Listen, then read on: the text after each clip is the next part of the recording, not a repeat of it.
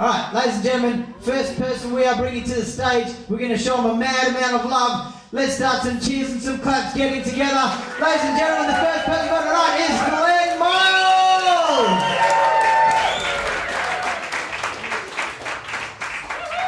Thank you. Oh, don't stop, keep it going. Thanks very much. Thank you very much to Jason, he knows his shit, which I've always thought is a very interesting phrase. He knows his shit. As an English teacher that I used to do, I think, where does that freaking phrase come from? He knows his shit. Was there a guy somewhere, a Jono or something, walking around one day and he goes, nah, not mine. I didn't do that one. This is my shit. And his mates were standing there going, that's Jono, he knows his shit. Very interesting phrase. But yeah, doing stand-up, people often say, don't you get scared? Don't you get scared doing stand-up? I was born in Belmont, mate. But a public high school teacher in Armidale. This is a fucking dream. This is beautiful. This is like bliss. So, Belmont, Armidale, I've got a bit of the outfit tonight to show that you can't take the bogan out of Armidale. Even if he goes up the train line to Armidale, to Belmont, back again, can't take him out of him. So, born in Belmont, raised in Belmont, sausage rolls, chocolate milk were a healthy diet. Pay week, we get a Lamington Scroll, it was special. So I loved it, loved growing up in Belmont. Went to Kiddo Senior High School. Beautiful. Yeah, so that's right, a couple of Kiddo kids over there. Kiddo, great place. Smoking Winnie Blues and Akadaka was on the timetable. It's a great place to grow up. So yep, and then of course, working in Armidale as a teacher, I used to fang it up Tonkin Highway every day. There's a phrase, fang it up Tonkin Highway. Can't get any more bogan than that. But beautiful, working up there in Armidale, parent-teacher night. I was shitting myself the first time I had to be a teacher at parent-teacher night. First person come in, second person, third person. It's like a school reunion. It's where all my old classmates had moved to. I was sitting there, Shazza, Dazza, Kazza, Bazza, how you going, mate? Beautiful, fantastic. But the Belmont kids, it's as if we just went up the train line and fell off the train, maggoted, and stayed there and bred. Cannington, Gosnells, Armidale, so we just landed. Beautiful. So yeah, we spread that bogan culture all the way through Perth. I'm very proud of it. You can't take it out of us. And Perth, we really have embraced that bogan culture. We're secretly, very clever business. Adventure World. They know what they're doing up there. They've really embraced that bogan culture as well. You get to that car park, because you see, years ago when the kids were little, we got to the old season passes. So you get the season pass, you go as many times as you like. Get there first thing in the morning, that was the secret, really early. That car park was just a complete haze of smoke and bintang singlets. That's what you saw there, all it was. Slowly they filter through. So, you walk in, you're standing there, you've got your esky, you've got your kids, you're standing there, next thing you know, meow, meow. Two little rat tails called Harley and Jaden just cut you off before you even knew what you were doing. You get there, it's beautiful. Bintang tickets everywhere. Lined up for the water slides. It made me think one day, I'm standing there staring at the sign. No denim. What theme park needs a fucking sign outside the water slides that says no denim? I've been to the Gold Coast, they don't have them there. Only Adventure World in Perth. No denim. That's how fucking bogan we are. We're to be told to take our denim clothes off before we go on a water slide. Now, unless they've got some new Speedos out that are made out of denim, gives a whole new meaning to the Tunnel of Terror, I tell you. But that place has slowly embraced that bogan culture. You can buy a crownie, probably a rusky, next to the water slide for the kids. There's a bar right there for the dads to get a crownie, stand there, watch the kids in spare time. Beautiful. But I was standing there one day at Adventure World, lined up for their new attraction called the Kraken a few years ago. Think about it. The Kraken. Kraken. Bogan culture. Beautiful. So we've even got a water slide named after Perth's main sort of hobby. I looked at it and I went, hang on. This is based on a massive meth pipe. Long, huge thing going down, nice big funnel. At the end, Bounty Revenge is upside down, planted in the ground, just like the Commodore outside of the Belmont house. Beautiful. But there one day, I saw the most amazing thing. I was sitting there in the little kids' land over the side, kids playing in the water, we're just sitting there, and out from the little cafe on the side came the biggest bintang singlet you've ever seen in your life. Seriously, Cirque du Soleil could do a show inside this thing. It was massive. This bintang singlet just walked out with two of the biggest motherfucking frozen cokes you've ever seen in your life. Just walking along like this. I could see it all happening before my eyes. Into one end of the little kiddie pool. Come walking. Thongs flapping. Bintang singlet waving in the breeze. With two frozen coke ahead. Could not see a thing past here. There were Jadens and Harleys and little shits everywhere in that pool cutting them off. I could see it. I went, they're going to go down. This is going to be awesome. I looked to my right, the guy on the side, I could see his face, thought the same thing. Lady to the left, same thing. We all looked at each other going, this is going to be fucking hilarious. Walking through, and all of a sudden it was slow motion. One rat tail did not get out of the way in time. And she started to go down. Little kids was a tsunami slap to the side of the pool everywhere they went down. And no word of a lie, as they went down, was just straight back up again. Back on their feet, walking along beautiful. Did not drop one little bit of those frozen cokes anywhere. You know why? She knew her shit. She knew what was going on. She'd been raised on that chopped milk. She'd been raised on those Lamington rolls. She knew what was going on. She knew how to look after her shit. Those frozen cups of beautiful shit. Thank you very much, guys. You've been awesome. Have a great night. And keep it up, everybody else. Thank you. Good. Ladies and gentlemen, give it up again for Glenn Miles. Welcome. Actually, now that reminds me, is there anybody else who wants to fill up the front seat? Alright, so you're just going to sit right in the middle of the walkway. Are you that attached to him that you can't sit there and whisper if you need to? Oh, so now it's you. Is this just an awkward grinder date now? What's going on here? Is there an act for it? Ah, so we've got another comedian, ladies and gentlemen. Right up in front, what's your name? Baz. Baz. That's what your parents named you, Baz. Fuck me. Simple folk. Where do you live, Bassendean? I'm just messing with you, Baz.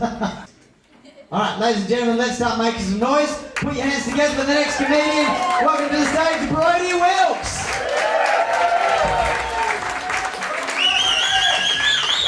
Hey everybody, how are we doing tonight? Woo! Yeah. Alright, yeah, my name's Brody Wilkes. The thing about me, my little shtick, is that I like to do recent, relevant pop culture references. Yeah? And that... Good. Alright. Hey guys, I heard this joke the other day. Someone called a mate of mine with a large forehead, called him a five-head. Which I thought was quite funny, because it's like, 4 plus 1, and you guys like math, it's all good. I don't have a big forehead, can't use that joke. I do have a 5 skin. Yeah. So when I tell people it's an 8-inch dick, what I don't tell them is that 6 of those inches is just a flap of skin on the end. It's fucking disgusting. Looks like an aardvark's head. Yeah. Gotta be careful around rabbis, gotta watch myself around rabbis. They're on the lookout, I'm like a white whale to them. Moby Dick skin. They get a hold of me, cut that thing off, put it on a plaque, mount it above their fireplace like a big game hunting trophy. Gotta be careful. It's not all bad. Alright, because scientists discovered that men who are uncircumcised get more pleasure out of sex. Not all bad. But scientists discovered this. Yeah, don't really know how you discover that. Like you're at home one day, just every time. Gotta rush back into the lab. It's like, okay, put down the research you're doing. We got something to get to the bottom to, and that's why we haven't found, the cure for cancer yet.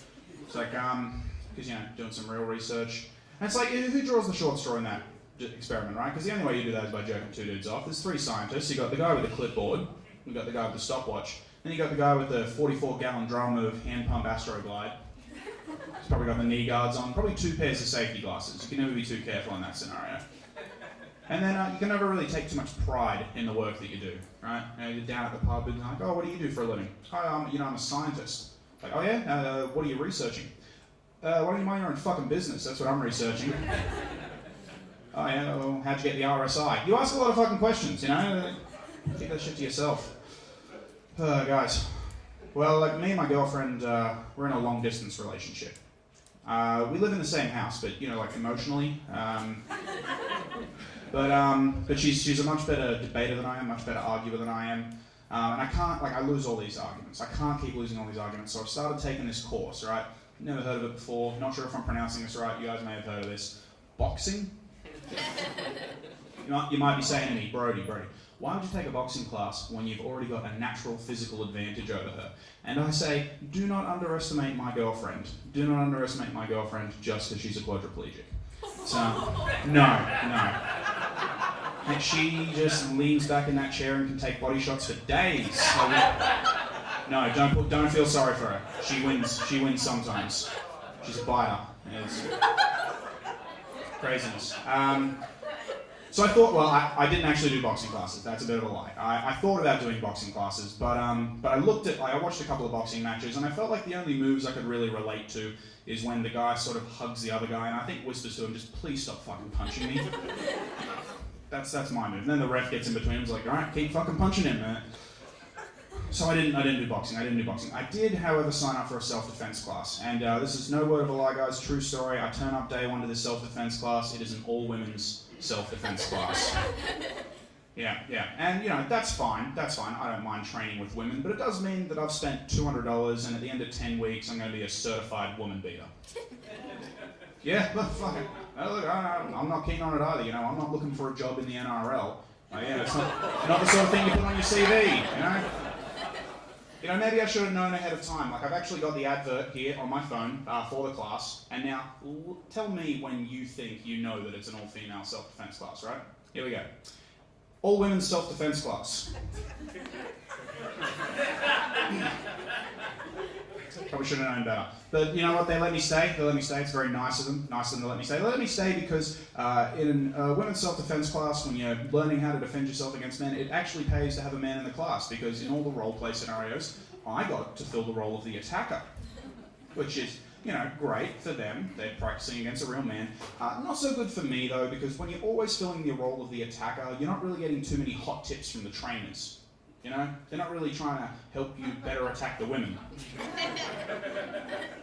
Which is bullshit. I mean, like, I can understand it, but it's bullshit, you know? It's like, so, you know, it's not like they're pulling me aside after each altercation being like, okay, Brody, good job, but remember, keep the hand over the mouth or they'll scream out for help. So it means that over the course of 10 weeks, these 9 other women just got professionally trained on how to better beat up, specifically the shit out of me. And that's just what I've paid for. Like, I learned fucking nothing there. I got robbed on the way home from the graduation ceremony. It was brutal. They took my wallet, they took my woman beating certificate. They knew exactly what they were doing, alright? They fucking knew exactly what they were doing, because it was one of the other chicks in the class.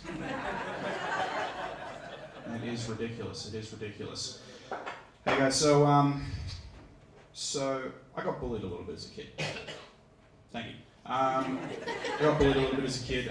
My bully's insult of choice was to call me a goody two-shoes, and with the power of hindsight, boy was I begging for it.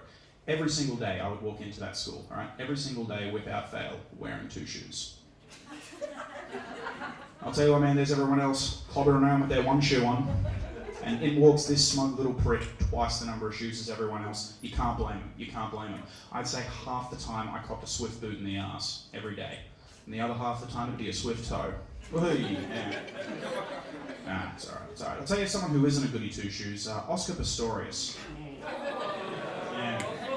Yeah, he's a bit of a naughty no-shoes character, that, right? You see, I'm dating a South African woman. We've been together happily for many years now, and then that Oscar Pistorius story broke, and now I feel the need to shit with the door open.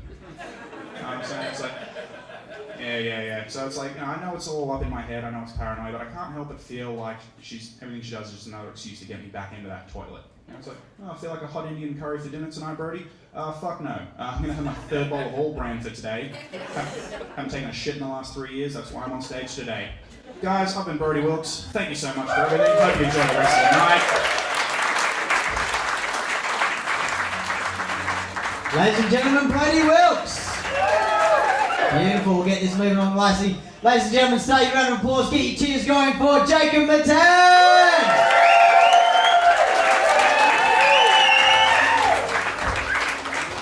Alright, how are we all doing tonight?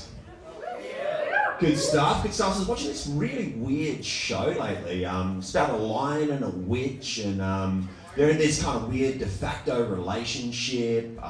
Multiple kids from multiple different partners, all of them on the dole. And then the main premise of the show is how the lion and the witch start a meth lab in their wardrobe. Yeah, the show was called Chronicles of Quinania. Yeah, let's be honest, that joke was as cheap as this fucking Kmart hoodie, really. Now, before I go any further, I want to point out the fact, which I think is awesome, other than these super cool trophies over here, and obviously the respect of my peers, which, you can tell how much that's worth. Other than that, the prize for this is tickets to go see Trevor Noah. Awesome. Isn't that great? Tickets for winning this competition is to go see a real comedian. That's like if you win at That's like if you win at Call of Duty and they buy you tickets to Iraq.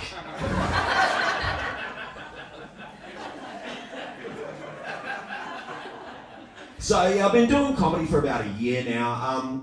Not really known, very much on the amateur level still, haven't really done any paid gigs yet. I mean, I did save $10 on the entry tonight, I'm fucking counting that, obviously.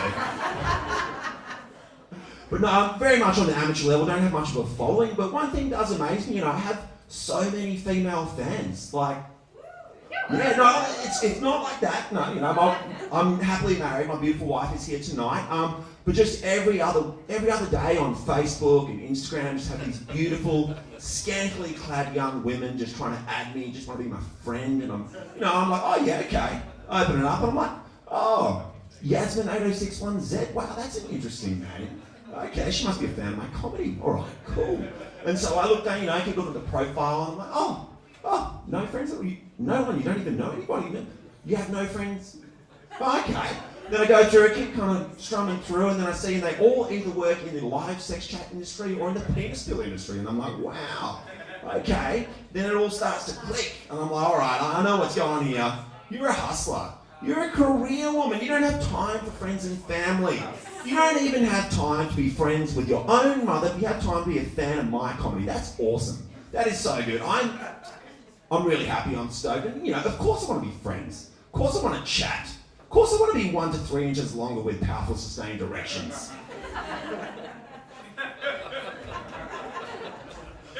Which, brings me to our next topic, which is, if anyone wants to buy any penis pills, I have a massive surplus at the moment. Thank you. You guys are great. Honestly, you guys are great. You've been so much better than the last place I performed at over in Scarborough, in the men's public toilets. I did get paid for that though.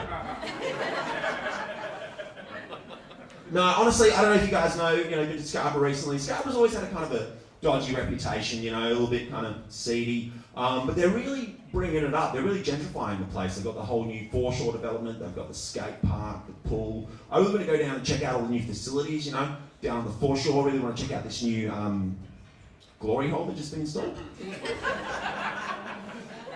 Now, if you guys don't know what a glory hole is, basically what it is, it's a little hole in the cubicle wall, and what you do is you insert your erect member through the hole, and then on the other side there's this beautiful, bosomy woman with long flowing hair and luscious full lips, and she's just waiting there to give you a blowjob. Or at least that's what I fucking think's doing it. I mean, whatever. No, but Scarborough is still really quite dodgy. Like, I was there the other day, going to get back in my car, and this bloody junkie's come up to me. He's like, "Oi, mate, you owe me $20. You owe me $20." And I'm like, "How can I owe you $20? I've never seen you before in my life." You do have quite luscious full lips, though. Come on, guys, come on. Can you blame me? Honestly, can you blame me? Like, meth heads give the best blowjobs. So much energy, so few teeth.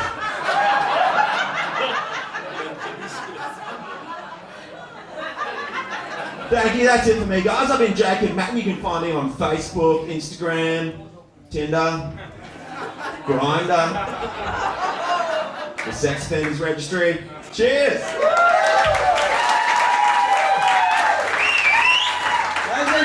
Jacob Madden! This guy is a fantastic comedian. I've seen him perform before. Let's get a massive round of applause going. Let's make some noise for John Pino!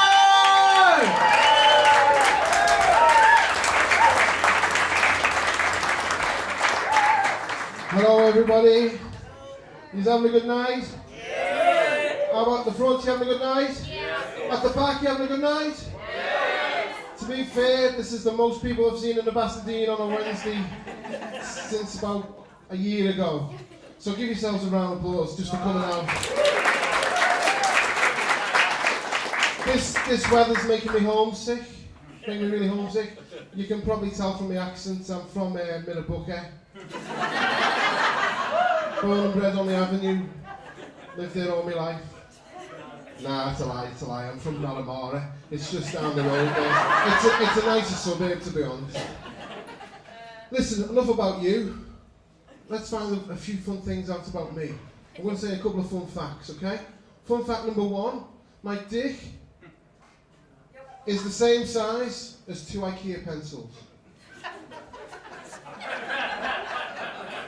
Fun fact number 2, my mates now call me Pencil Dick. Fun fact number 3, I'm also banned from IKEA. But to be honest, at the end of the night, I will be signing autographs. And I'll sign anything. I'm not proud. Listen, I'm from the UK, I'll be honest. I'm from a little village called Liverpool. Anyone know Liverpool? Scouser, yeah. I've been getting homesick. This weather's been making me really homesick, so I downloaded the Liverpool Echo, the app. It's for the paper for Liverpool Echo, and I get the notifications of the headlines like every day, sometimes 3 times a day. So a couple of headlines come through this morning. First one was Granny stabs burglar after kicking him in the balls. Warms the cockles of your heart. It really makes me homesick. Cannabis farm found in church hall. The congregation wasn't only packed on a Sunday, but a Monday, a Tuesday, a Wednesday, a Thursday, and a Friday, and a Saturday, and that wasn't incense they were swinging around. I'll give you the tip.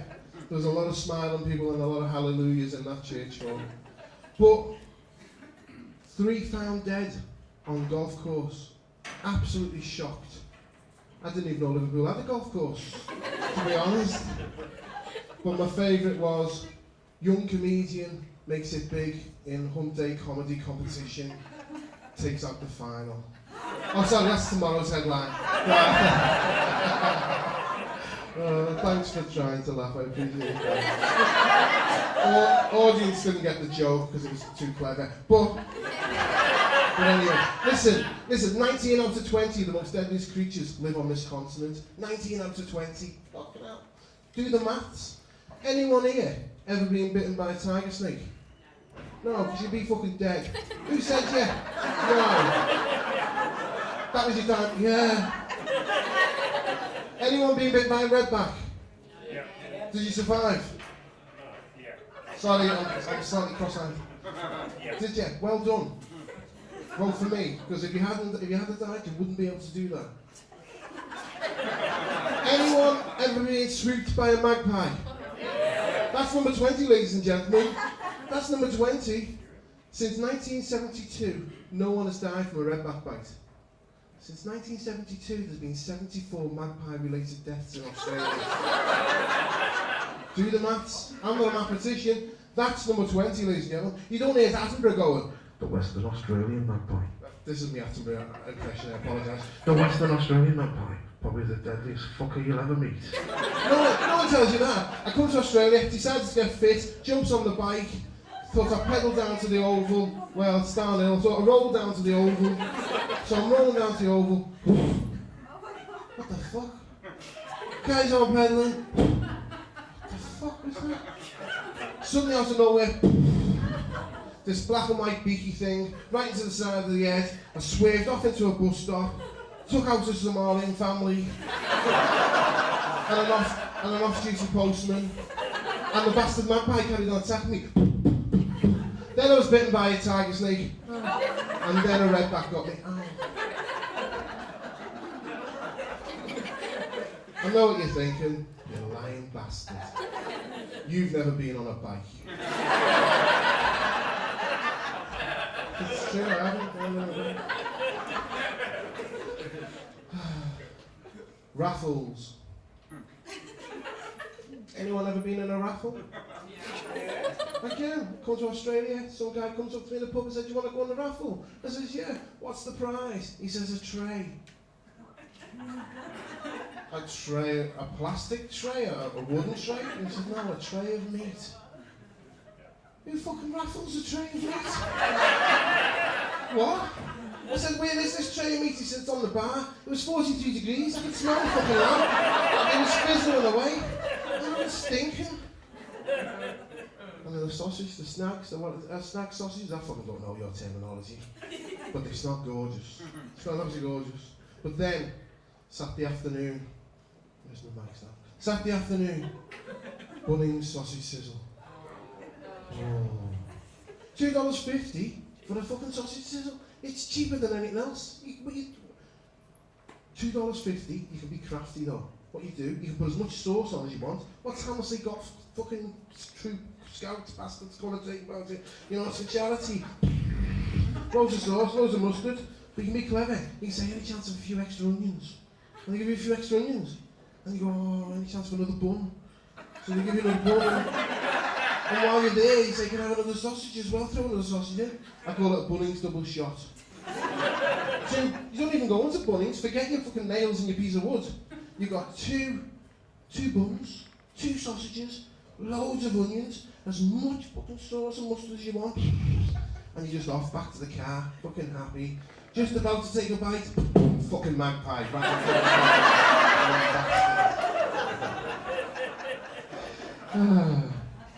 We've heard about glory holes tonight.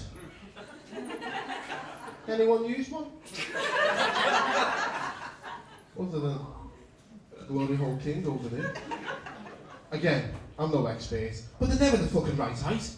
They're not the fucking right height. You fucking go in there.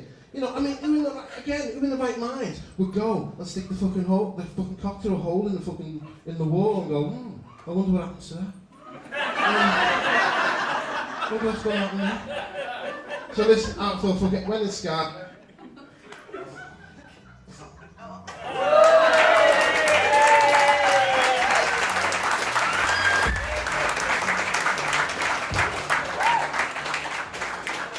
Ladies and gentlemen, John Pinot!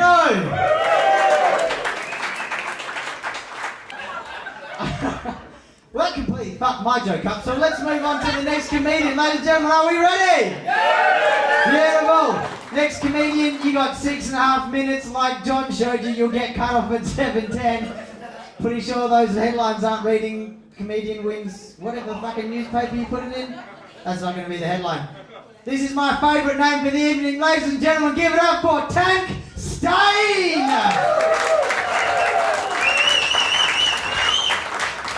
Hi everyone, you may have noticed I got on stage a bit gingerly. Actually hurt my back last night, doing the most manly thing possible. Sneezing. Yeah. Every time I bend over to something, it hurts like hell. So I went down to Coles to get some Panadol. So I got Panadol for everything now. Back pain, neck pain, period pain. I felt like grabbing one of those period pain ones just to see what happened to me. But I went to grab one of the back pain ones, but then I realised some cheeky bugger at Coles has put all the back pain ones on the bottom shelf. So, yes, my name is Tancred Stain. My parents say the boring names are Helen and Paul. I thought, ooh, let's give our kids some cool, wacky names. That's fun, but when you give a kid a name, make sure you do the alphabet test, where you change the first letter of the name with each letter of the alphabet. So, for example, Tancred becomes Ancred, Bancred, Cancred, and so on.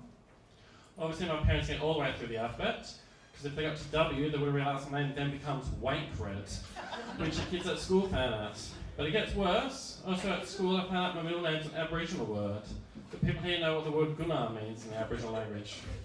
Yeah, it means shit, that's right.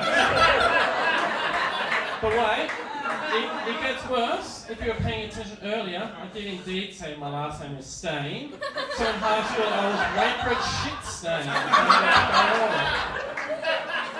Yes, my name is Tancred, but everyone just calls me Tank. Not because it's short for Tancred, it's because I was over in China last year visiting Tiananmen Square. and I ran a guy over in my car. Good times. But I think the best name I've ever heard was for someone's dog. They simply called their dog Syndrome, just so they could say, "Down, Syndrome!" There's some classy people there in Rockingham. Anyway, I feel like I'm getting a bit older, but I found out one thing that's easy when you're getting older, and that's buying condoms. Before I was hell nervous, but now I'm like hell proud. I'll avoid that self-service checkout, just so I can see someone at the counter when I slam them down, give them that nod, like, yeah, that's right. Someone actually wants to have sex with this guy. It's not just Mr. Lefty again. But I remember being so nervous buying them for the first time as a kid, because there's no self-service checkouts back then. I remember walking to the counter with the condoms in my hand. For some reason, my hand thinking, this is going to look hell dodgy just buying condoms. So I grabbed a couple of random arms on the way to the counter, I threw them down. As soon as I started scanning them, I realised I've just made this look even more dodgy. I scanned condoms, 6-pack of Red Bull, bunch of bananas. It's like, you're in for a good time there, buddy. But I am feeling a bit older, because my mate's teaching at my old high school, and he's teaching at John Curtin.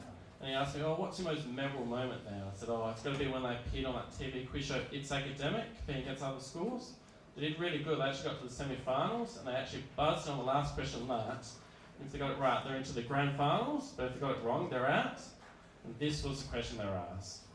Which Labour Prime Minister took over from the Menzies government during the Second World War? Now, if you don't know the answer to this, let me just remind you, the school answering is John Curtin. And they fucking got it wrong. It was brilliant. Yeah, but I think my most memorable moment of primary school was when my brother was doing an assignment on dolphins. Don't remember it that well, just this opening line he wrote to it. It was, a dolphin's habitat is a wet one. It's like, fucking nice one, bro. You're doing an assignment on dolphins or my dick there. Talking about my dick, do people here send dick pics? Look like can't people send dick pics? No one? Just me? Okay. I've got a few good techniques who wanted to make my dick look bigger in my dick pics. Sometimes I'll just paint my dick all black. Sometimes not all black though, just black parallel lines going down to make it look longer. But then if I'm really desperate, what I will do to make my dick look bigger on the photos, instead of holding it with my big hand, I just get my nephew over to hold it for me. That's not true, people. I don't get my nephew to hold my dick. I use my niece, I'm not gay. So me and my girlfriend were in a long distance relationship and I hadn't seen her for a couple of months, and I noticed her belly had gone a bit bigger. I thought, oh fuck, don't tell me I got her preggers. But then after a couple of days she goes to me, oh, I need to go to the shops to get some tampons and I'm up here. I thought, fuck yes. She's not pregnant, she's just getting fat. And I thought, oh no, I'm going out with a fat bitch. Liposuction is so much more expensive than an abortion.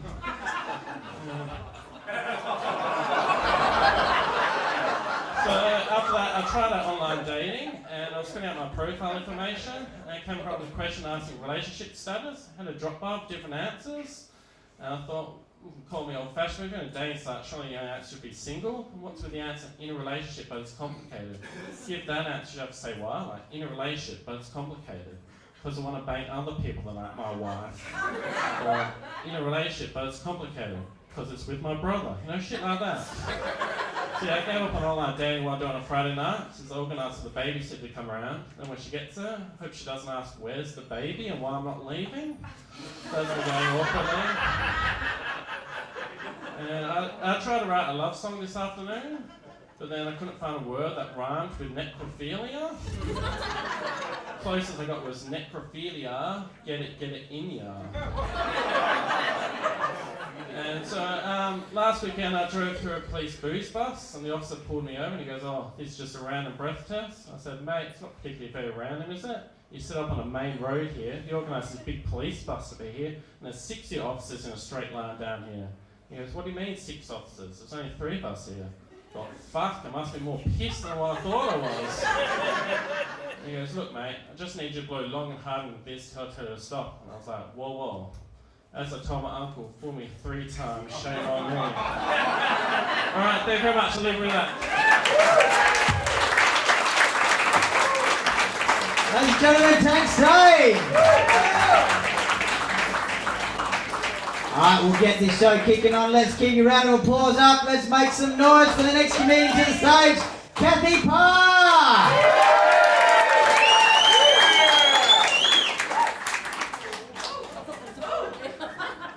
Kathy Parr!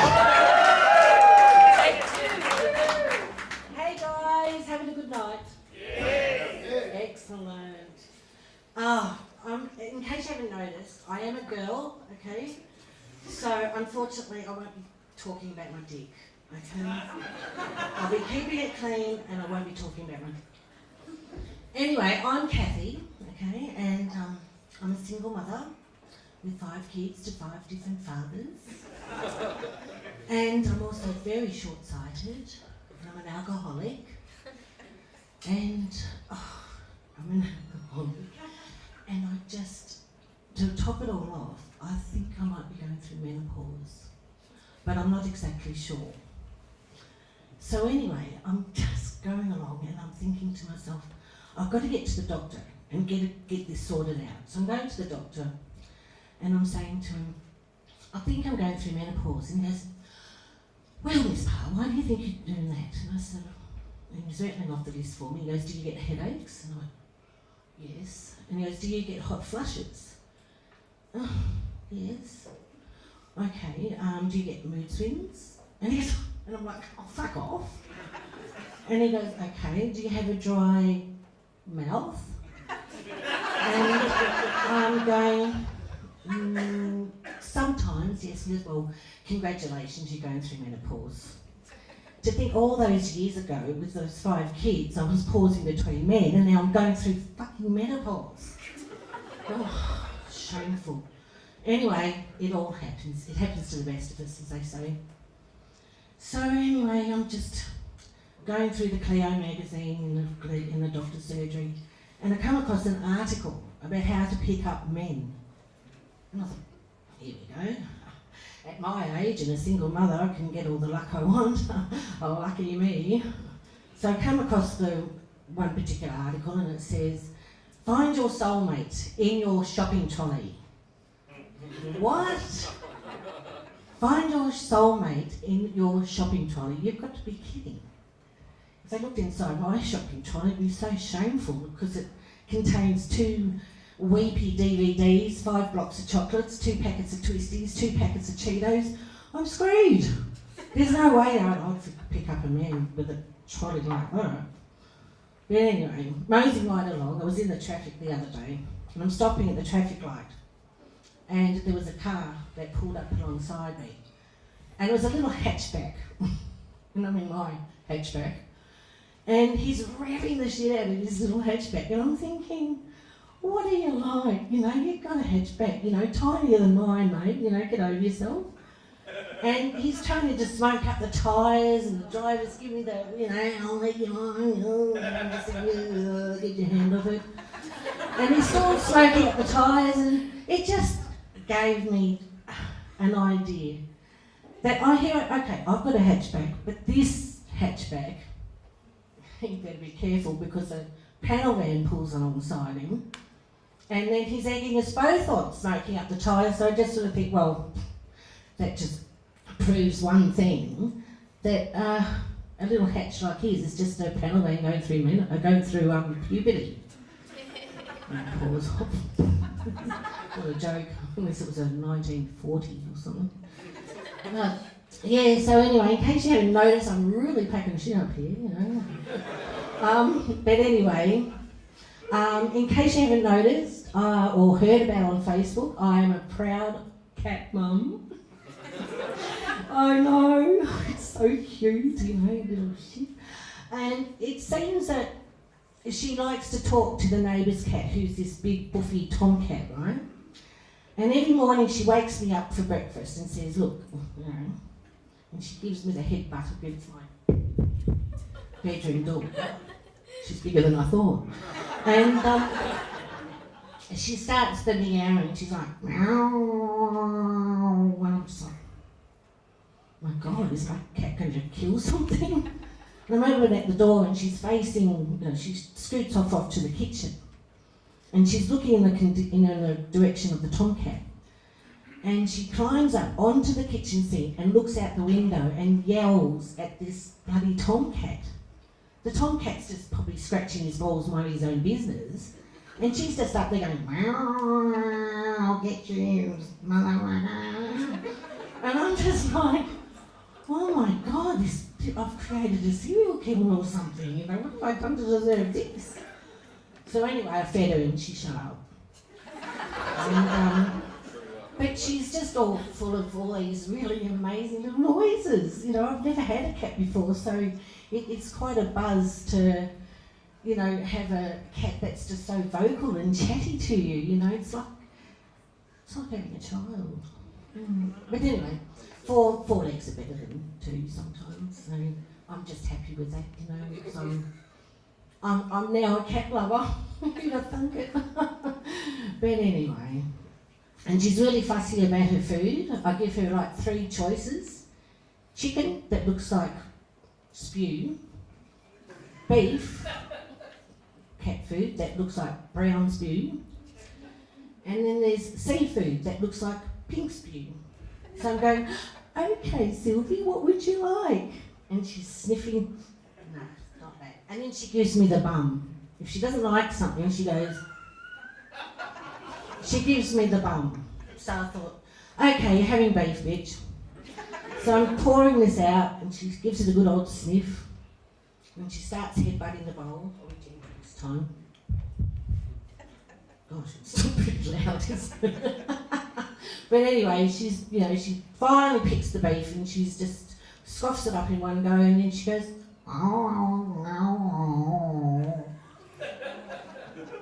okay, does that mean you were happy, darling? I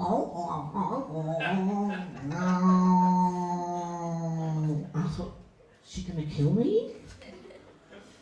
And then she gave me the seal of approval. She did a dump in her little box. I'm a happy cat mummy. I feed my children well, child well. Thank you, everybody.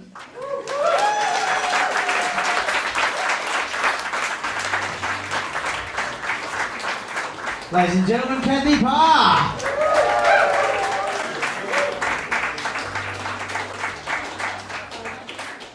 I would absolutely love it if every time a pussy was angry at me, she gave me a butt. So who really marinated on that? Who got that one? Does anybody listening to anything that is coming out of my mouth? One gentleman, and the whole night I've been asking for round of applause as responses, and he just so politely went, fucking me. Mate, you're my only friend tonight. What's your name? Well, actually, your second friend, because I've got Baz. Gilbert and Baz. What a trio. Gilbert, Baz and Jace. Painting the town red in Basso. Let's go hang out at the train station later. I see you guys did it up. Well, I say you guys, I don't know if you're all from Bassendean. Who's from Bassendean here? Yeah, so it is you guys. Do you know how many times I've been mugged at that train station? Literally, I've been mugged at that train station 7 times. So I went to high school at John Forrest, and my friend lived in Bassendean. And the amount of times, this is back when like blades were cool, like roller blades. That's not that funny. How old are you? 19. Yeah, that's why you're laughing. You don't even know what rollerblades are, do you? Yeah, and the amount of times I've been chased from that place with one fucking rollerblade. Do you know how hard it is to rollerblade with just one? It's the worst skateboard you could possibly have. Because you can't bail on that shit. But that was my point on fighting a kid. I was going to bring it up before psychopath up the back there just goes beating on small children. I literally got, oh well, that was a slow laugh. Welcome to the party centre. No, but I got mugged by 3 13-year-olds when I was 17. Well, don't laugh too hard, that's shit. Let me get to the punchline first. And this dude just yells at me from across the platform. Hey! Hey, you want to give your skates or you die?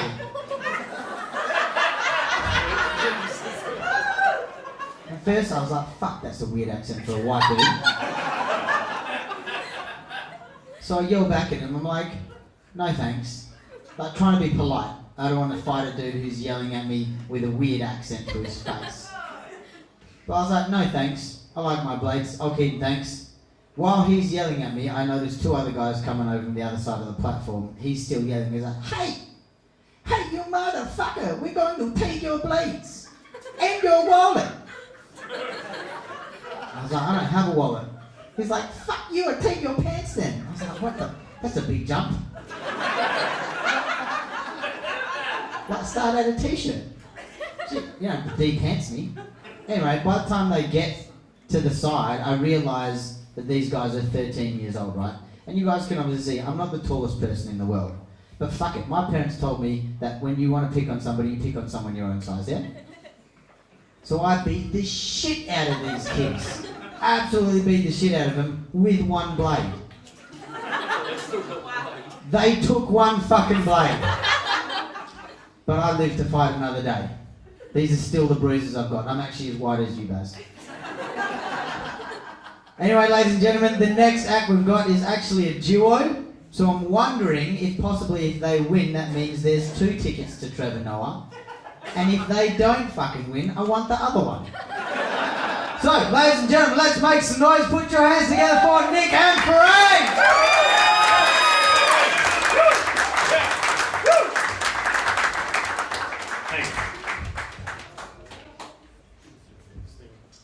I'm Nick the Noise. Good evening, ladies and gentlemen. I'm Frankie Rooster. Big round of applause, come on. So, hey Nick, here we are at the Hump Comedy Grand Final tonight. And frankly, it feels great. Feels fantastic. You know what, if we do really well here tonight, Nick, we could become the next generation of comedy in this country. Woo! Yeah! Hey. Except I don't think we've got another generation between us. That's true, that's very true. Hey, microphone technique, ladies and gentlemen, is very important. Very important in stand-up comedy. Without good microphone technique, you end up sounding like that person in Coles or Woolies. Customers, check out 3, customers. Faster than a speeding bullet! Locomotive!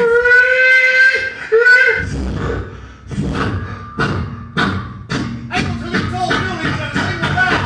Look! Up in the sky! It's a bird! It's a plane! No, it's... Ah. You're interrupting my train. I'm terribly sorry. I suffer from premature enunciation.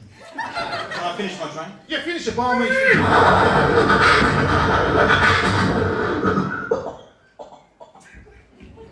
It's great that Nick and I are back on the road again because we miss the rock and roll lifestyle. There's a mouse. There's somebody there. Rock and roll! Yeah! Except these days it's not so much sex, drugs and rock and roll. It's more like no sex, Panadol and an afternoon nap. That's another story. So anyway, I'm Nick the Noise, and I blow noises. I'm Frankie Rooster and I blow... Ooh, roosters? If you didn't laugh at that joke, we applaud your good taste and decorum. If you did laugh at that joke... We think you've been watching far too much internet porn. Hashtag chicken bukkake. What a crowd, what a crowd. Yeah, love the crowd. But don't worry, ladies and gentlemen. Tonight, Nick and I are not going to do any sexist, racist, homophobic, xenophobic, misogynist, chauvinist, gratuitously profane, drug-infused, or personal attack humour of any kind. Awesome. Well, that's what I said. Good night. Only joking, is it? Right again. Now, one of the cultural imperatives in our show, ladies and gentlemen, is that we like to promote the arts. We do, we love the arts. In so doing, we like to perform a Japanese haiku poem for you right now. This poem was actually written by the famous Italian-Japanese haiku poem writer, Ishikuro Sugusugatsu. Now, Ishikuro wrote a poem called Hoonheads. And in Japanese, the translation is... Oh.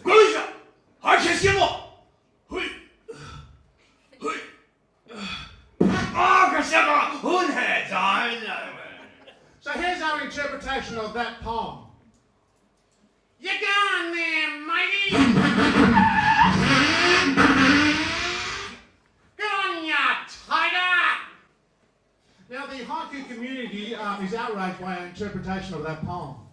They don't believe it conforms strictly to the 7-word syllables that a haiku poem should conform to. I still argue that is actually a Japanese word.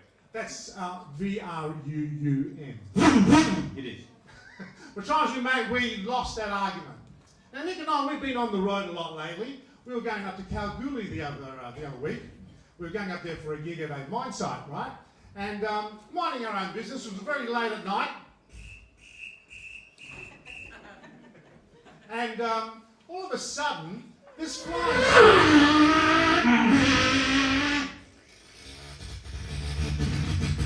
That was us.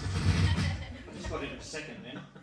This flying saucer starts following along with us along the side of the road. We make this shit up as we go along. Absolutely. A flying saucer. A flying saucer. Have I know? I've never seen it. It lands about a half a kilometre in front of us on the road. We slam on the brakes. Oh. The door of this flying saucer opens right up. Fly screen, we're in WA. And this little alien dude stands in the doorway, light shining behind him. He's got long hair, flowing robes. He looks at us and he says, yeah, just out of the causeway, Shepparton Road, Victoria Park, mate. Don't forget, he'll give you $2,000 on any old bomb. Anyway, the point of all this is that when their flying saucer took off, there was no power left in our vehicle. Now, luckily for us, we heard a semi-trailer heading our way, and I start waving it down frantically. Frank, it's still 10 kilometres away.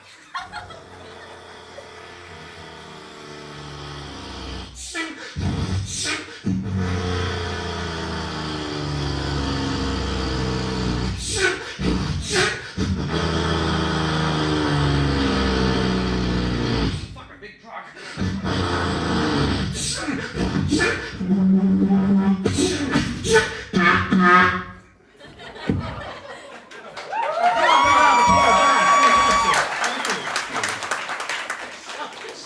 So anyway, the driver of the truck, he rolls down the window in his cab. Scanworth. He was a big guy, 6'6", 4-axe sandals across the shoulders, tattoo on either arm, spiked hairdo. He looks at us and he says, Excuse me, do you want to give me the size of my donk? now the last thing we want to do is upset the gay truck driving community. Not at all. Not at all. Because I am the proud father of a gay son. And I'm the proud owner of a gay chihuahua. He's gay, but he's neat. Nick and I are feeling really hungry on the way up here tonight, so we stopped off at McDonald's there, up to the drive-through speaker. Ooh, lucky speaker never works. And the young girl comes over the income to take our order. She says, Welcome to McDonald's. Can I take your order, please? so we like to have a bit of fun with these young girls. So Nick says,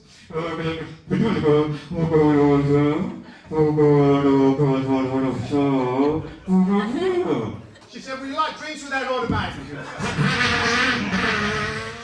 I said, "yes." So she said, "Drive up." So she did. This is Frankie Rooster! This is Nick the Noise. Thank you very much. No, thank you.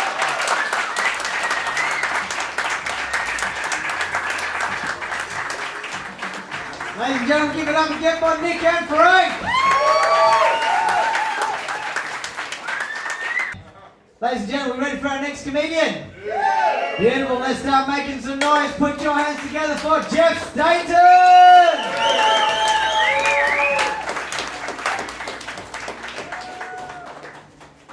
Yeah, good evening, Constantine. A lot of people reckon I tell dad jokes. It's bullshit. I haven't told my dad a joke in ages.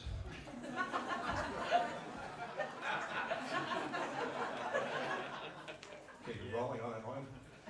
Okay, look, I want to tell you about a holiday I had recently. I went down south, and it was early one morning. I was approaching the town of Manjimup, and there was a big sign on the side of the road which read, "Local police are now targeting fatigue." And I thought, how the fuck do you target fatigue? Do the police follow a car, wait for the driver to fall asleep and run off the road and hit a tree? Oh yeah, we got our target, that was fatigue. No, I'm sorry, Constable Kerr, you didn't get your target. The tree got its target. Or it was the target, I don't know. Anyhow, when I saw that sign, I had this really gobsmacked look on my face. And just at that particular point of time, I drove past a police car that was hiding on the other side of the road behind bushes, and he looked at me, and I thought, oh, here we go. So I'm driving and looking in the rear view mirror. Sure enough, he started the car, did a U-turn, on with the blue light, on with the siren, and he pulled me over. So I got out of the car, and he walked up to me, and he said, "Good morning, sir. I have reason to believe that you are driving whilst fatigued." But what reasons might they be, officer? Well, you've got dark circles under your eyes and you were yawning when you drove past. Oh, I can explain the dark circles. I'm hungover. I drank a bottle of bourbon last night all by myself. Well, it's your lucky morning, son, because we're not targeting drink driving. We're targeting fatigue. You need to get in your car and have a rest because you're yawning. I can explain that, officer. I wasn't yawning, I was actually singing. A bit of a coincidence. It was a song by the Police. A song called Constable Care. Well, really, smartass? Well, sing it to me. My pleasure. Constable Care, you don't have to put on that blue light. Please don't pull me over. Why don't you fuck off out of my sight? Right, smartass, get in your car and take a rest. Well, I'm on my way to Nannup. I'll have a nana nap in Nannup. What? What? You want me to charge you with impersonating a police officer? You want me to charge you with impersonating a smart-ass motorist? Oh, sorry. Okay, son, now you're really starting to get under my skin. We're going to put this to the test. Now, you need a rest. Go over to the edge of that paddock, start counting the sheep, and you'll be asleep before you know it. But wouldn't it be easier if I just stayed here and counted pigs? What I meant was pig melons. Look, there's a heap of them on the side of the road there. Okay, son, right, that's it. I've had enough of you. Get in your car and take a rest. And this is the punchline coming up, people, so just prepare yourselves. And what are you going to do if I don't? Charge me with resisting arrest?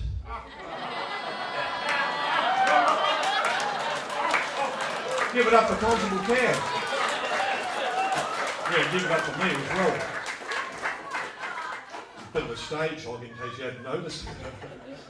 Like you get up here and ham it up a bit. And I was just wondering, this is a thought, you think in countries like Saudi Arabia, do you think that the motorists call the police pigs? It's a bit halal, isn't it? Okay, that's enough of that bit. Right, just a bit of an announcement. I'd like to let you know that just recently I've become a professional comedian. Give it up, please. But it's not all good news. What it really means is I lost my day job. I tell you what, I'm pretty fucking hungry. Now I know what it must feel like to have an arts degree. Oh, God. Look, I don't have a history of getting jobs or keeping them. I'll just run through a few of them. I had a job as a mattress tester. I got laid off. Sleeping on the job. Not my fucking fault, they were good mattresses.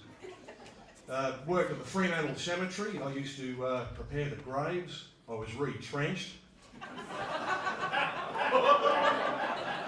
That's alright, I didn't really dig that sort of work. Worked as a karate teacher. They gave me the chop. I worked as a lumberjack. I got the axe. I thought I'd get a safe job. I joined the army. But they gave me my marching orders. Anyhow, well, I had an interesting job as well. I used to test bungee jumping cords, and they let me go as well. So this is really starting to affect my confidence. It's really starting to get to me. And my wife said to me, she said, Jeff, because that's my name, she said, Jeff, just go for any old job to get your confidence back. I said, look, love, that's not a bad idea. There's a local lunch bar. They're after a kitchen hand. Maybe I'll go and apply for that. She said, look, do it, just to get your confidence back. I said, okay, look, love, I haven't had a job interview for a while, so can you help me out? We'll set up a mock job interview.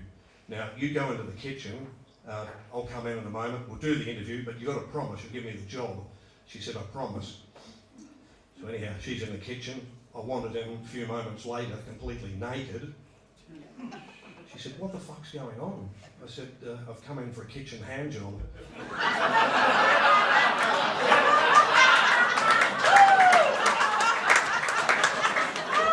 Hey, look. I'm too old to be doing this sort of material. Look, as you probably guessed, I didn't get the job. And there's an old saying, if you need to get a job done, sometimes you just got to do it yourself. I've been Jeff Staten. Ladies and gents, give it up again for Jeff Staten!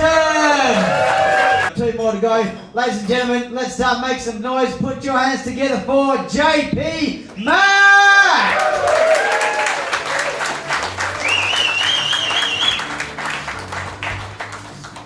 Hello everyone. I am aging terribly. Whatever hair I have left is turning grey. My chest is turned into like the map of Game of Thrones. And at the top I've got like I started out with a few White Walkers, but those fuckers are spreading fast and going south, just obliterating everything that's healthy and just turning everything sheer white. I don't know what's going to happen when you reach my dragon. But what I'm really worried about is that the older I get, my penis skin is getting darker. It's like it moved to Australia 5 years before the rest of me and just hit the beach every single day. It's like Neapolitan ice cream. My belly is white like vanilla. My penis skin is brown like chocolate. And because I'm circumcised, my helmet is pink like strawberry. I like Neapolitan ice cream. It's just not fashionable. The thing is, I'm just glad I'm not racist. Can you imagine? Just getting an erection? Get that thing away from my wife. I will not be cuckolded by my own black cock. I'll try to have her arrested. Hello, police. There's a suspicious character in my house. Description: he's got one squinty eye. He's leaning slightly to the left. He's carrying a bag of, looks like a plum and a satsuma and some kind of crinkled, suede corduroy bag. He's got dark skin. Yeah, I thought that'd get your attention. Location now. He's in my underpants. It's my willy. I have a black man's willy. Hello? Hello? Anyway, I'll tell you who is aging very well. Janet Jackson. She had a baby at 50 years old, which is fantastic. But, psst. Shh. No, I'm not a doctor. But isn't a 50-year-old vagina a bit dry? Now, I'm sorry, I don't know. I just keep thinking that childbirth was like a collapsing sand dune. And that poor kid had to just dig his way out. And when he was born, he was like, I'm alive, but why am I covered in butter? Did I escape from that haunted house?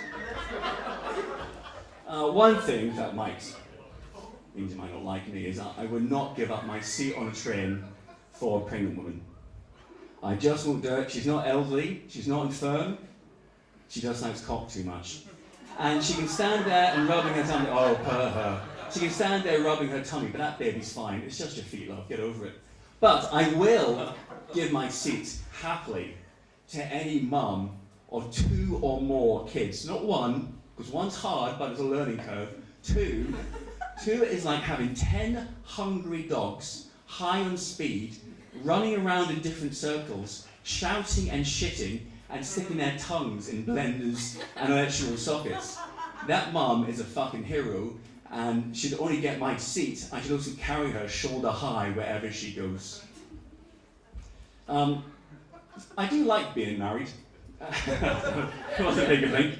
I do like being married. My wife is from a very close-knit family, which is nice because I didn't have much of a family growing up. But I think they're a bit too close. Like, every time my wife and I have sex, and she comes, she shouts, "No, Daddy, no!" So that's one for me. But I actually ran up one past her and said, "Honey, I've got this joke. What do you think?" Well, it's about you having incest sex with your dad, and the kind of twist punchline is, you might have enjoyed it.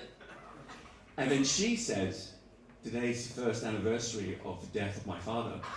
And I said, "Oh, I thought those were tears of laughter." And as she berated me, my mind wandered. Back before I was married and I was younger and I learned about sex and how to satisfy women, or attempt to. I remember once, I had this woman and she was bent over my knee, and with her fingers in this hand, I was rubbing her clit. I've got about 400 vagina jokes. I'm hoping one will land. So I'm flipping her clit with one hand, and 2 fingers on my other hand were inside, tapping the G-spot. As I was rimming her, I like to call this position Le Jeffrey. Now, before you're all sick in your mouth imagining this doing that, this is like back in my 20s, like 40 kilos lighter, when I still did running before I stopped and got into powerlifting and got all my protein from Lamingtons and KFC grease. But the thing about powerlifting is, it makes you horny all the time. In fact, my wife is pregnant again, and so are all her socks. Well, I'm not going to jack off into my own socks. That's disgusting. Jesus. You people. Once so, I actually dated this bodybuilding chick, and she was very, very dedicated to the sport. I mean, she took steroids, and I won't judge, but I really hated going down on her. And it's nothing crass like her, because she smelled like yesterday's whiting. It's nothing like that. It's that, because of the steroids, she developed this great big meaty dangly clit. And when she got aroused, it kind of like pulsated like a finger. And when I went down on her, I basically deep-throated it every time to get her off. And she had like a really strong grip on the back of my head from all the forearm work. And she like slapped me in the face. And I'm like, what? And they're even like just trying to feed the horse. Feed the horse? Feed the horse. Even that always turned into a hand job. It was all very confusing. Where was I? Oh yes, so this woman, who I was Jeffreying, I had her hold apart her own buttocks, so my tongue was right up her arsehole. And I was working away, trying to, by the way, I also can't do the telephone. I was working away, and then she starts vibrating and shouts, "I'm going to come," and then this goes bolt, like upright almost. And then just as she comes, she farts in my open mouth onto my perched tongue. And I could taste her digested and partially fermented lasagna that she had earlier in the night. But just when that was happening, she jumps up. The guy's so aroused. Just dropped it. She jumped up.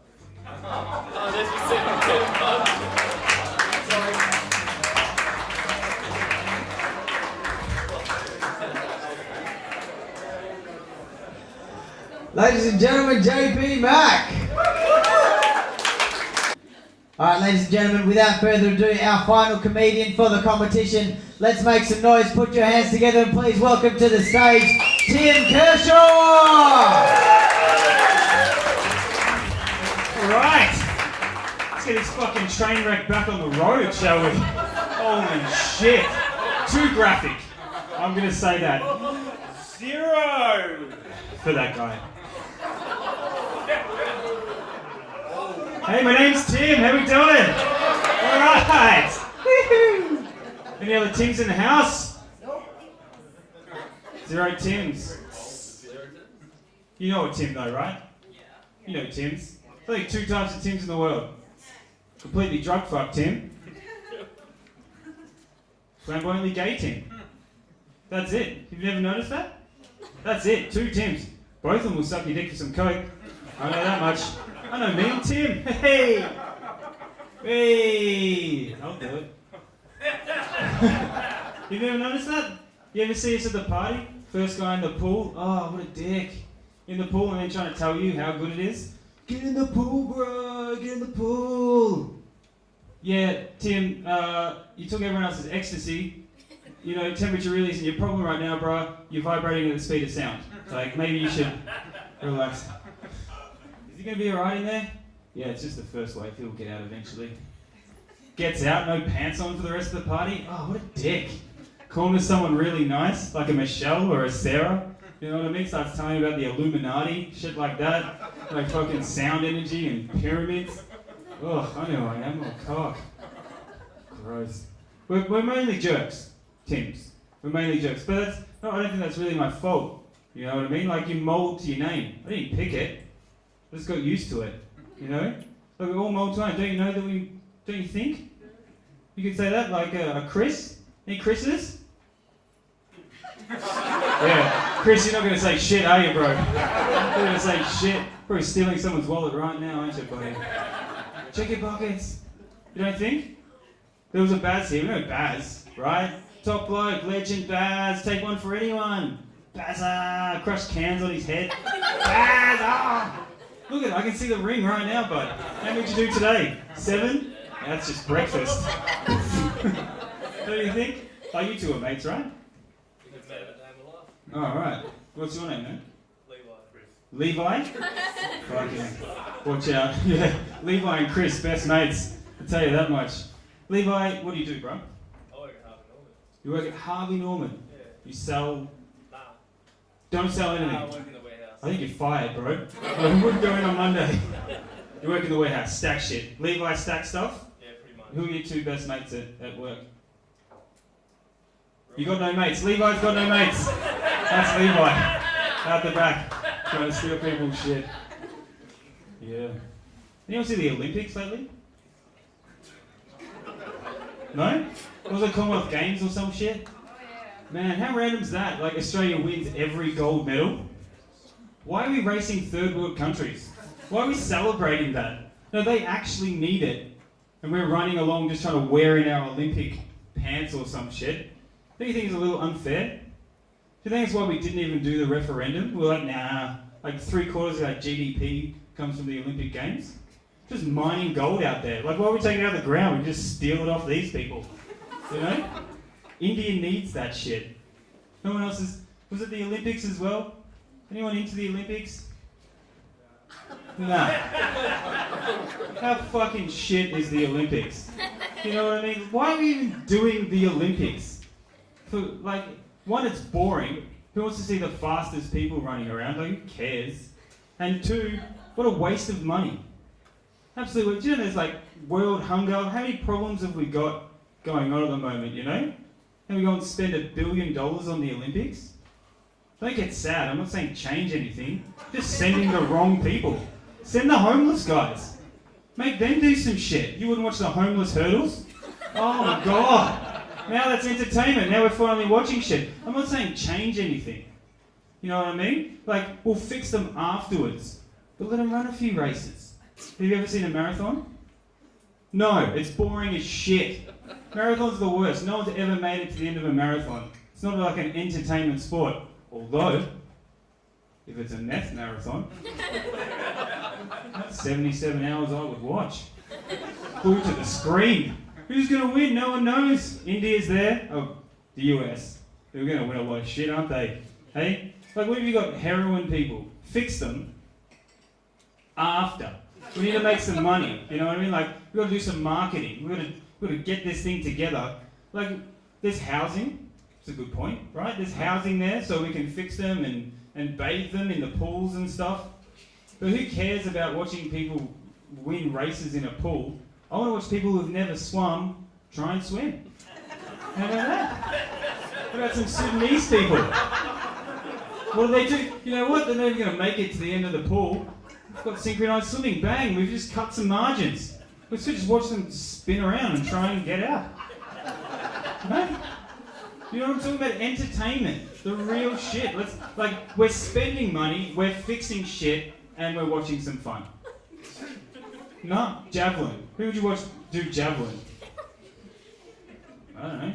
Homeless people again. How far do they throw? I don't know. What about high jump? Let's actually get people who are addicted to marijuana and try and get them to jump over Like, you just throw in some incentives. Like, put a sandwich at the top of that bar. See how many dudes make it over. I don't know, I'm betting on someone like with China. Fuck it, they're gonna do it. Who knows? And at least even things out a little bit. You know what I mean? You don't think so? I think I'm onto a fucking winner, that's what I'm telling you right now. That's like, hurdles. This is my favourite actually. Heroin hurdles. Right? Because hurdles are shit. What's the two biggest problems with heroin addicts? Running and jumping. Alright. Well, let's fix those two problems. Let's like get heroin guys, jack them up in the ass, put them at the start line, and then see who wins. 100 metres, fuck it, make it 10. No one's going anywhere. They're gonna be asleep the whole fucking time. I'm just saying fix shit. After. Do it. Fuck the Olympics. My name's Tim Kershaw. Thank you very much. Enjoy the rest of the night.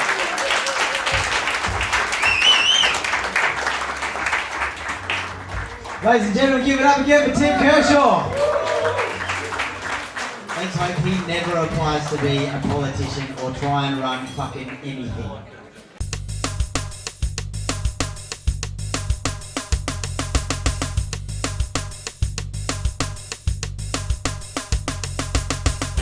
All right, ladies and gentlemen, are you ready to start your second half?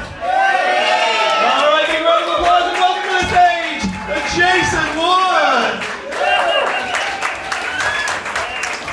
I was already on stage, and you already saw me, but he was like, do you want me to bring you on stage? I was like, fuck yeah, why not?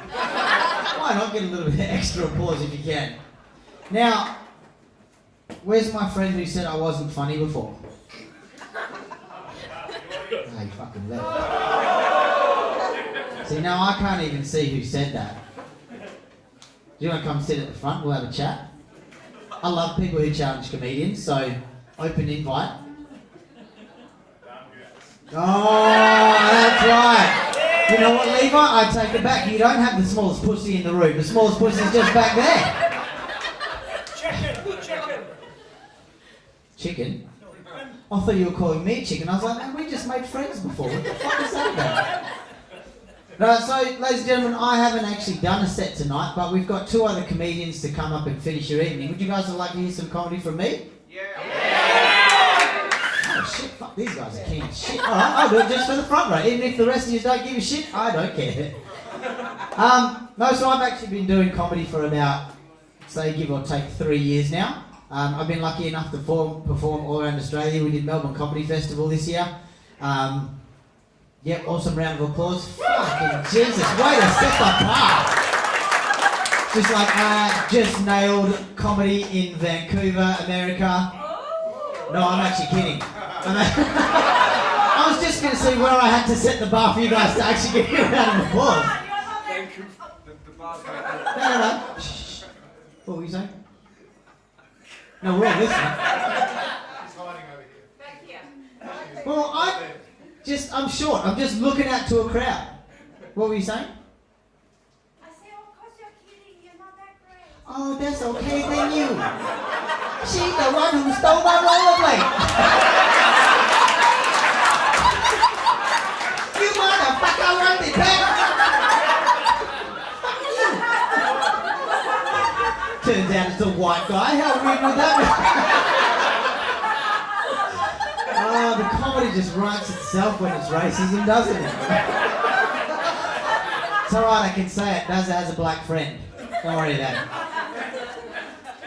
No, but like the main reason I got into comedy is because I'm single, right? I figured because most girls and ladies in the crowd, you can let me know if you agree just by a round of applause. But girls like a guy who can make them laugh, right? Yeah. So at the moment, she fucking loves me. Is she yours? Yeah. Ah, fucking damn it! If I didn't like you, Baz, I may have had a crack.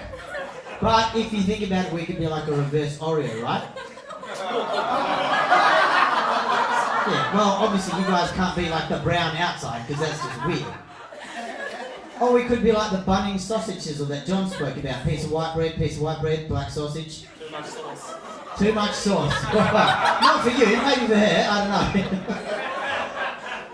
know. No, but like the reason I got into comedy was I obviously love making people laugh, but I thought, fuck it. If I'm going to get up on stage, I might as well take my chances when I get those chances. So I was in Melbourne, we were doing the comedy festival, and there was this chick in the crowd. She must have been about 6'1", 6'2". Now I'm obviously not the tallest guy in the world, like I see that when I look in the mirror every day. Obviously so does she.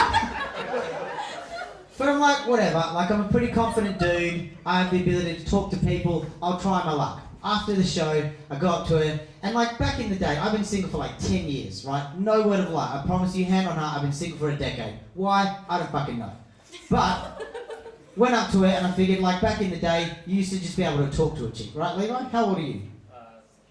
Oh fuck, back in the day you were 9 years old. Right. Back in my day, you used to just be able to talk to a chick. There was no Instagram, social media, Snapchat, sending dick pics, all that sort of shit. Like if I wanted to take a dick pic, I literally had to stencil it with like chalk and then just hand it to her and be like, oh, fuck, that's all I got. So I just go up to this chick and I was like, hi, my name's Jason. Figuring that would work, because that starts the conversation. And before I can say anything else, she just looks at me and she goes, ew. You're so short. Like this bitch had to compact me down like a jack in the box because I was that much shorter than she was. And I just thought, alright, this bitch is going to have an attitude about it. I'm not going to be that nice of a person. So I was like, alright, what's so wrong with like having a short guy? I'd climb you like a jungle gym. I was like, do you like Disney? And she's like, yeah. I was like, do you like the Jungle Book? And she's like, fuck yeah. I was like, call me Mowgli. I'll swing off you for days. Was that like an offended ooh, or was that like, ooh? We'll figure it out later. So, I mean, I'm starting to have a conversation with her, and she says to me, I only date guys that are taller than me, and I'm going to wear heels. Now, somebody that tall saying that is the equivalent of me saying, well, I'm only going to date shorter chicks, and I'm going to amputate my legs. Like, it doesn't quite make sense. And I was like, and this chick had like 6-inch heels. Like, ladies have like 6-inch heels. You got 6-inch heels? Like, it's ridiculous. You've got half a fucking Subway sandwich on your foot. Like, half a foot on your foot. And she's like, you're just too short. And I was like, well, fuck. People seem to enjoy life. And they say that's too short. And I was met with dead fucking silence from her. I was like, in my mind, that was like a dead winner, and it just fell on deaf ears. But I was like, why do you need me to be that for you? Like, why do you need me to be taller? And she was like, because when I'm with a man, I need to feel like I'm protected. And I was like, fair enough. But I was like, bitch, you are. You're massive. Ladies and gentlemen, my name is Jason Wood. That's my time. Thank you very much.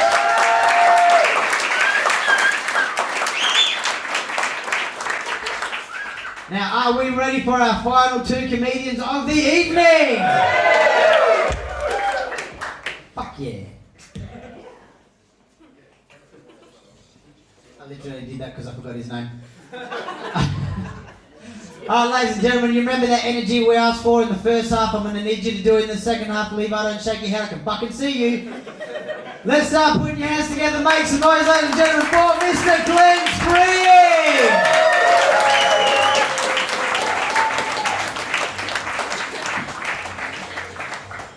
Hey guys, how are we? What a great night. My name's Glenn, I'm from Brisbane. I've got a wife and 3 kids. I don't know whose wife and 3 kids, but I've got them.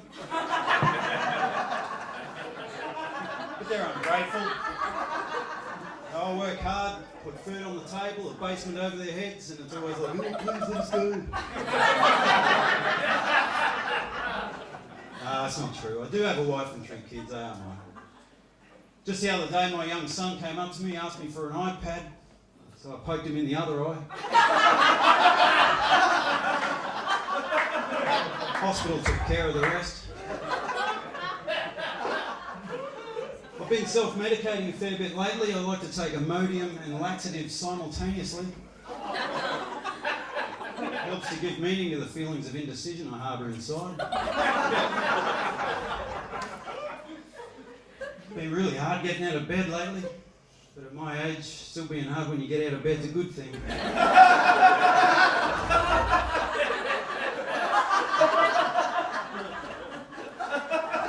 I have a habit of saying the wrong thing and getting into trouble for it. Back when I was dating, the girlfriend I had at the time told me she had an unusually large vagina. As usual, I put my foot in it.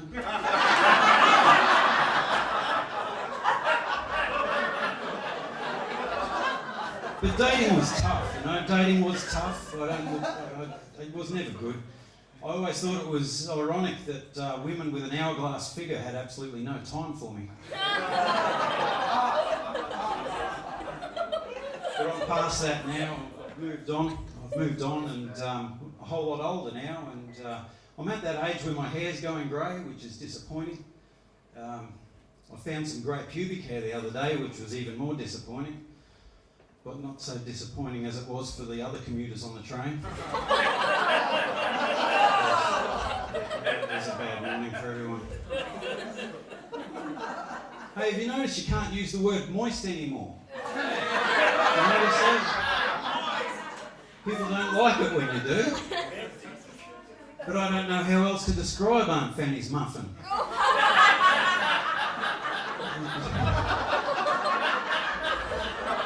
I like going to Aunt Fanny's place.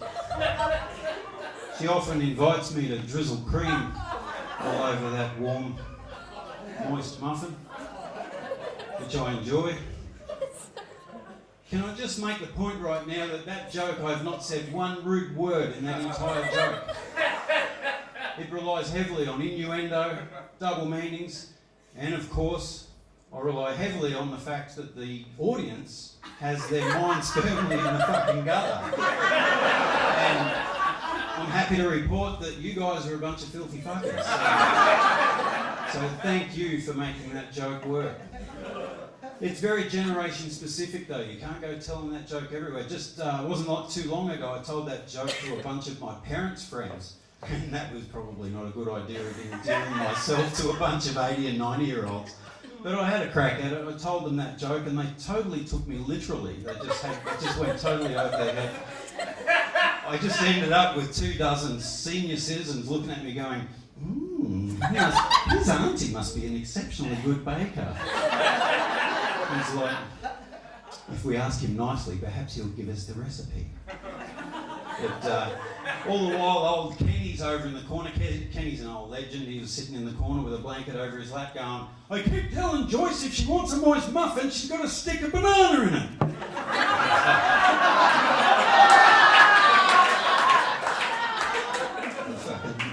Fucking joke wrote itself, basically. But Kenny's alright. I said, come on, Kenny, keep it clean, champion. Now we know, with comments like that, now we know why you got a blanket over your lap, you dirty animal. No, Kenny's alright. Hey guys, I do impressions. Who wants to see an impression? Yeah! I'm so glad you said yes. That would have been awkward if everyone went, oh, not really. I'll do an impression. Here's one I prepared earlier. I think you'll agree it's quite a good likeness. I didn't say it was a good impression, it's an impression. Okay. No, I'm not going to leave you on that. Here's another impression. This is me pouring a glass of beer from a Tawley. Here we go. You ready? Okay. Shh. No. Too much head. I'll clean that mess up later. Incidentally, the statement "too much head" is one of the least used in the English language. A little bit of education and humour there. It's right up there alongside, no, please, stop sucking me off.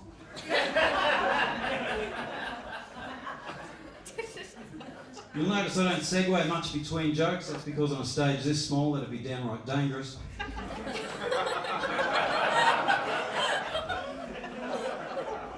There was a famous life coach came to Brisbane just recently. He said, the secret to success is to hang out with successful people. So I did. Turns out the secret to depression is to hang out with successful people. Anyway, that's it for me, guys. My name's Glenn Stone.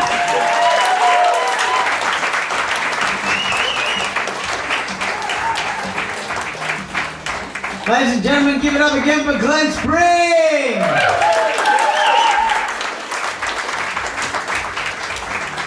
Ladies and gents, give it up one more time for Hayden Tuia! Alright guys, have we enjoyed our night so far? Beautiful. Are we ready to find out the winner of our finals?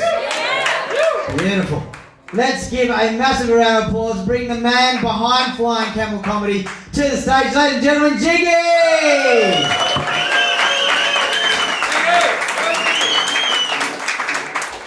Thank you very much. I'll be the one-armed bandit apparently, like a slot machine. After careful counting and all the cheating that I saw on the score sheets, you'll be amazed. Yeah. Our number 3 prize, which is a comedy writing lesson. Take note, okay? Stand-up comedy for beginners and terrified goes to Jacob Matan.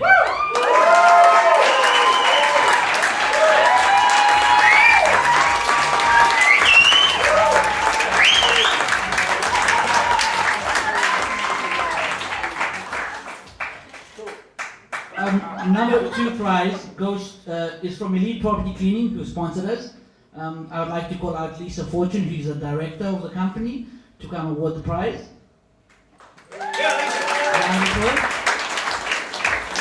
And that goes to Nick and Frank.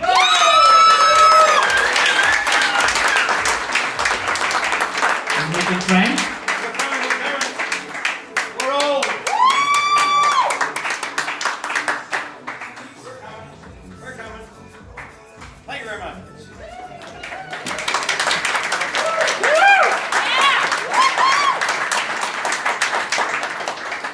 After weeks and weeks of preparation and counting more than I've done in math in high school, the number 1 prize and a winner of double pass to see Trevor Noah on the 25th of September at Perth Arena is John Pino.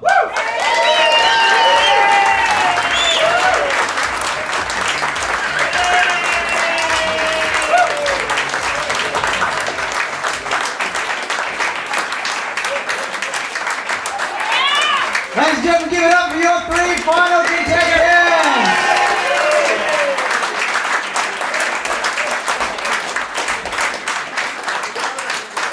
I'm going to say that's pretty fucking dope that one single person won a double pass. What's up? I'm a fantastic cuddler, man. Fantastic cuddler. Not on stage. I get it, alright, whatever. I don't know who the fuck's going to pull whose hair though.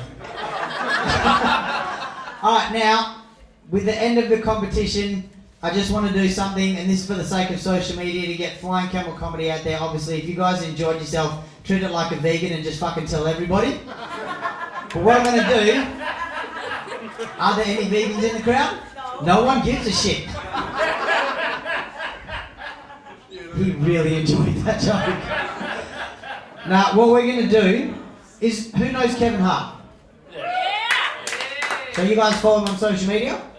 Right, so at the end of his shows, he always does like a little Snapchat thing and he gets everybody in there and they just make a shit ton of noise. So what we're going to do is I'm going to get my phone out, I'm going to film it, I'm going to make a little introduction, we'll film these guys, I'll reverse the camera and we'll put it on news and we're just going to make you go absolutely apeshit. You guys cool with that? Yeah! Fucking doesn't sound like it. Alright, so let's just give it a test up. Alright, we'll do 3, 2, 1 and you guys just go fucking nuts, right? Jesus Christ, all fucking mighty. I know, I get it. It's the end of the night. It's been a long night. All right, so 3, 2, 1. All right. So I'll start filming and then I'll double tap and we'll change it over. We'll start on Ziggy's ugly mug. Hold on. It's already cracked. Alright, ladies and gentlemen, we are at the Flying Comedy. Fuck it, I fucked it. We'll try it again. This is why you never go live. You know what? Fuck it. We'll do you guys first. I'm going to start filming, and you guys just go mental. I'll count you down, yeah? Yeah, okay. Alright. Yeah, okay. She's invested. I love it. Alright. 3, 2, 1.